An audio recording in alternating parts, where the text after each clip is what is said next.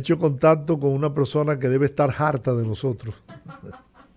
Por lo tanto, que, lo- que le molestamos, pero bueno, eso es nuestro trabajo. Y él siempre, a pesar de las necesidades nuestras, siempre saca un tiempo para orientar a nuestra audiencia. El doctor Héctor Balcácer, a propósito de una información sobre la brotes poliomielitis, de poliomielitis en Estados Unidos sí, y que hay indicaciones de que podría afectar en cierto modo la también República República Dominicana. Dominicana, donde ya está erradicado el polio desde hace varios años. Que no quiere decir que no haya. Oigan a mí de fresco, dando opiniones. Es que a ti te gusta. A mí me gusta que me den mi bollo. Doctor Balcácer, buenas tardes. Muy buenas tardes, gracias por la invitación. Yo pensé que íbamos a hablar de agua y de ciclones y cosas, pero No, siempre es agradable que sorprendan a uno. no, ¿Cómo lo están, que pasa joven? es que Buenas tardes. esa información salió esta tarde vino en una de las referencias que se hace de lo que está pasando en Estados Unidos con esta situación, y entonces se puso en el contexto de República Dominicana de que podía haber situaciones aquí en el país a propósito de ese brote o de ese surgimiento de casos de polio en Estados Unidos. Entonces, hay que hablar con lo que saben, doctor. Claro, miren, vamos a colocar en contexto. Gracias a Dios que yo fui a otro programa a hablar de esto, pues si no me hubieran encontrado fuera de base. Miren, lo primero que hay que decir es que fue un caso de poliomielitis que se desarrolló en la ciudad de Nueva York. Recordar que el estado de Nueva York está formado por varios condados. Entonces, en el condado de Rockland, que es uno de los condados más importantes, que tiene una población alta de judíos ortodoxos, que tienen además de todo la tradición de ser grupos antivacunas, Sí. porque entienden que en el Antiguo Testamento dicen que utilizar vacunas no es algo bueno ante los ojos de Dios. Entonces, ¿qué ocurre? La realidad es que en este condado de Rockland hay cerca de un 65% de la población vacunada contra la poliomielitis. Y cuando apareció este caso, lo que llama la atención es que es un caso que aparece en un hombre de 20 años de edad, judío ortodoxo, siendo la poliomielitis una enfermedad que todos los que estamos escuchando el programa y lo sabemos, es una enfermedad más de niños. Entonces, ¿qué ocurrió? En ese momento, al aparecer ese caso de parálisis y diagnosticarse poliomielitis, inmediatamente se generó una alarma y en el estado, en todos los condados, comenzaron a colectar de las aguas residuales para ver si estaba la presencia del virus del polio, ya que tenía 10 años la ciudad de Nueva York sin tener un caso de polio. Sí. Entonces, cuando investigaron las aguas residuales, en 5 condados diferentes apareció polio justamente en esas aguas residuales, recordando que el virus de la poliomielitis es un virus que tiene una entrada entérica, lo que quiere dejar dicho que penetra a través del intestino. El problema es que cuando tú tienes un caso de polio, eso significa que 100 a 200 personas posiblemente están con el virus en su organismo, pero solamente una desarrolla la enfermedad. Okay. Entonces, el problema es que tanta concentración del virus en las aguas residuales significa que tú posiblemente tienes una población importante que se ha expuesto al virus y que pudiera teóricamente seguir apareciendo casos. Entonces, por eso yo entiendo que la gobernadora de Nueva York, Carrie Hochul, declararon un estado de emergencia sanitaria. Por eso yo decía, como por un caso, por eso la pregunta, por la explicación da el sentido del por qué entonces lo hicieron. Claro, pero el asunto no es ese, el asunto es el siguiente. Recuerda que cuando se declaran los estados de emergencia, eso le permite a los gobiernos regionales o locales manejar recursos, por ejemplo, para educación, para vacunación, para investigación. Entonces, eso es lo que se quiere justamente en este momento, tratar de incrementar la tasa de vacunación en estos lugares. ¿Por qué? Porque el promedio en los Estados Unidos completo de vacunación contra la poliomielitis es de un 93%. Sin embargo, en esos 3 condados que he mencionado en la ciudad de Nueva York, el porcentaje de vacunación es cerca del 65 al 63%, lo cual lo coloca en un porcentaje de vacunación vulnerable a que aparezcan más casos de poliomielitis. ¿Cuál es el problema entre Nueva York y República Dominicana? Que todo el mundo sabe que la segunda población fuera de territorio en la República Dominicana de dominicanos esté en la ciudad de Nueva York. Entonces, en los últimos días, mis redes sociales se han convertido en un referente con la gente preguntando: Nueva Alcácer, voy para Nueva York, Sí, me tengo que vacunar contra la poliomielitis. Y la realidad es que si usted tiene su esquema de vacunación completo, no tiene nada que temer. Sin embargo, algo que sí debe preocupar un poquito es lo siguiente. Recordar que los casos de poliomielitis se observan en este momento en los países que tienen conflictos humanitarios.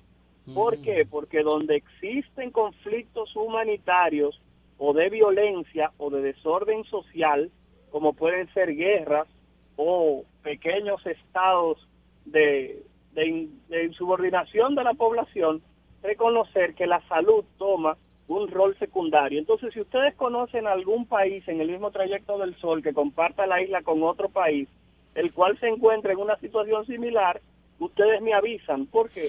Porque eso quiere dejar dicho que pudiéramos teóricamente siempre estar expuestos a un grupo de enfermedades prevenibles por vacunas.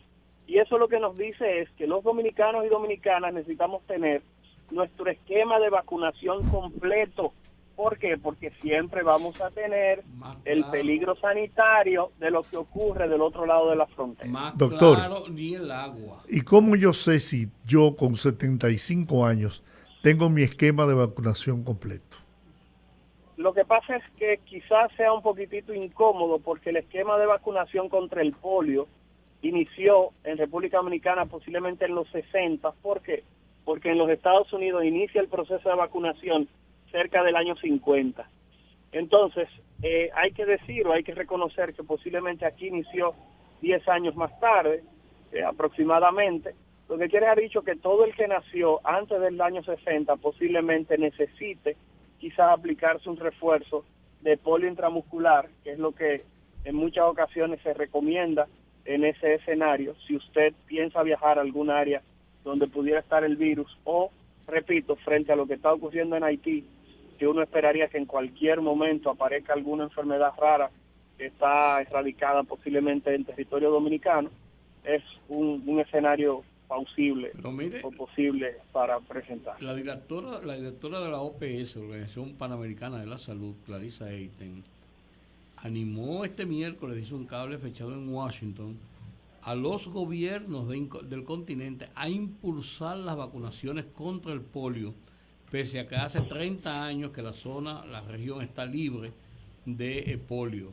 Y habla de esto por la reaparición que tuvo la enfermedad este verano en Estados Unidos. O sea, no lo dejan tan sencillo, doctor, ¿eh?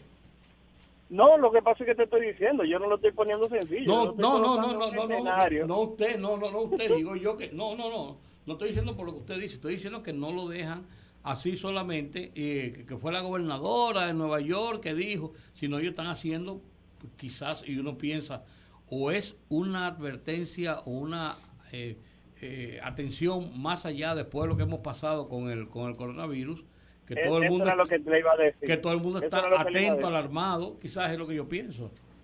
Claro, no, lo que pasa es que recuerda que con el coronavirus ocurre lo siguiente. Recuerda que el coronavirus hizo que se desatendieran muchísimas enfermedades. Fíjense cómo la Sociedad Dominicana de Pediatría lanza una campaña pidiéndole a los padres que revisen las tarjetas de vacunación de sus hijos para ver si tienen su esquema de vacunación completo. Porque sabemos que con el coronavirus muchas personas se alejó de la atención en salud. Y al alejarse de la atención en salud, una de las cosas que se pasaron fueron dosis de vacuna.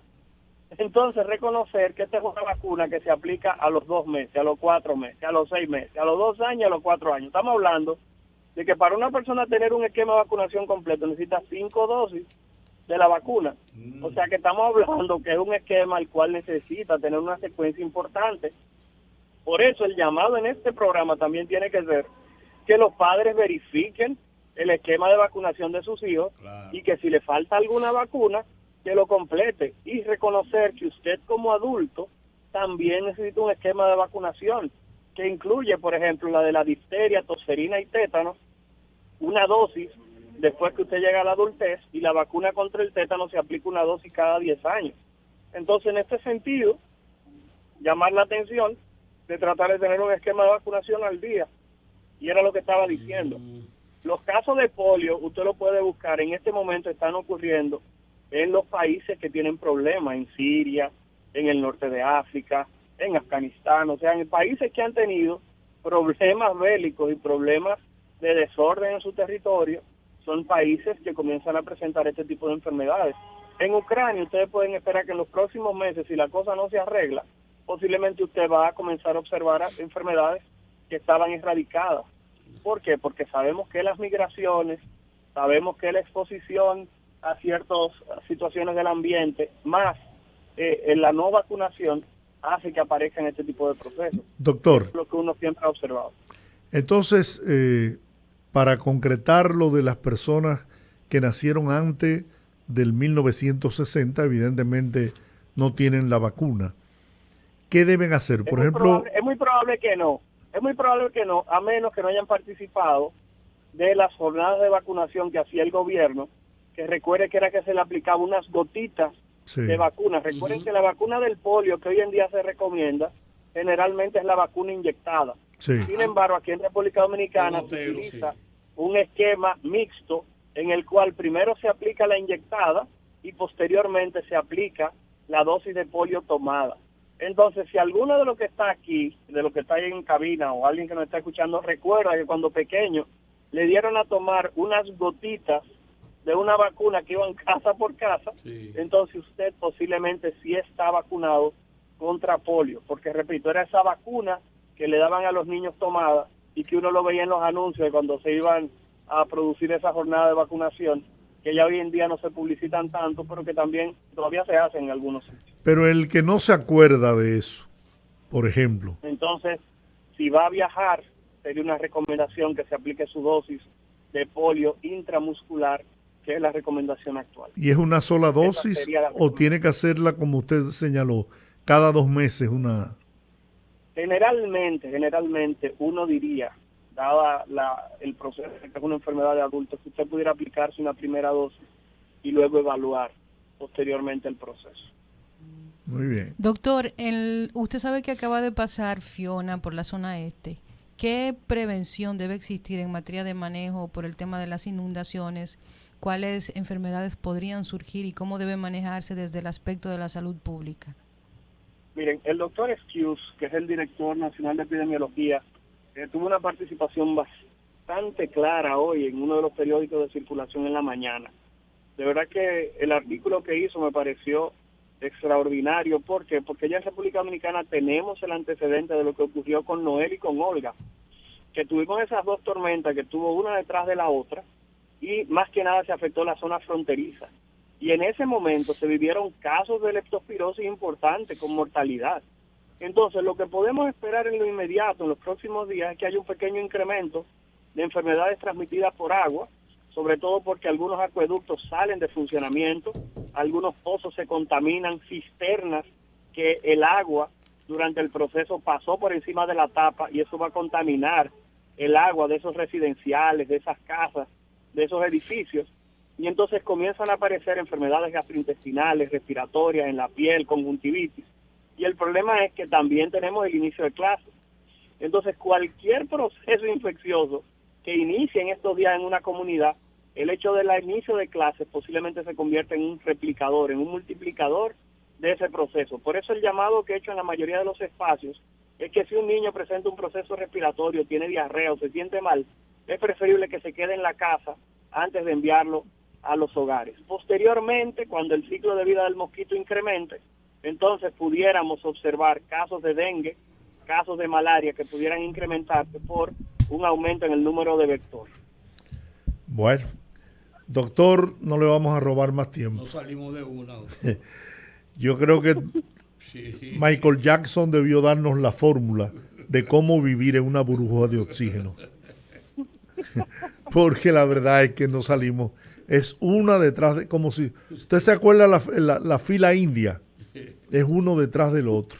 Así es. No, pero espérense que ahora también en África acaban de diagnosticar 6 casos nuevos de ébola. O sea que si ustedes creían que estábamos saliendo de algo, estamos entrando en eso también. Así que ya ustedes saben. Doctor, Bueno. no lo diga más ya, por favor. Y después de esas Un agradables abrazo, noticias, cuídense mucho. Gracias, doctor, muy amable. Muchas gracias, doctor Héctor Balcácer. Y perdone que lo molestemos tanto, pero no tenemos de otra.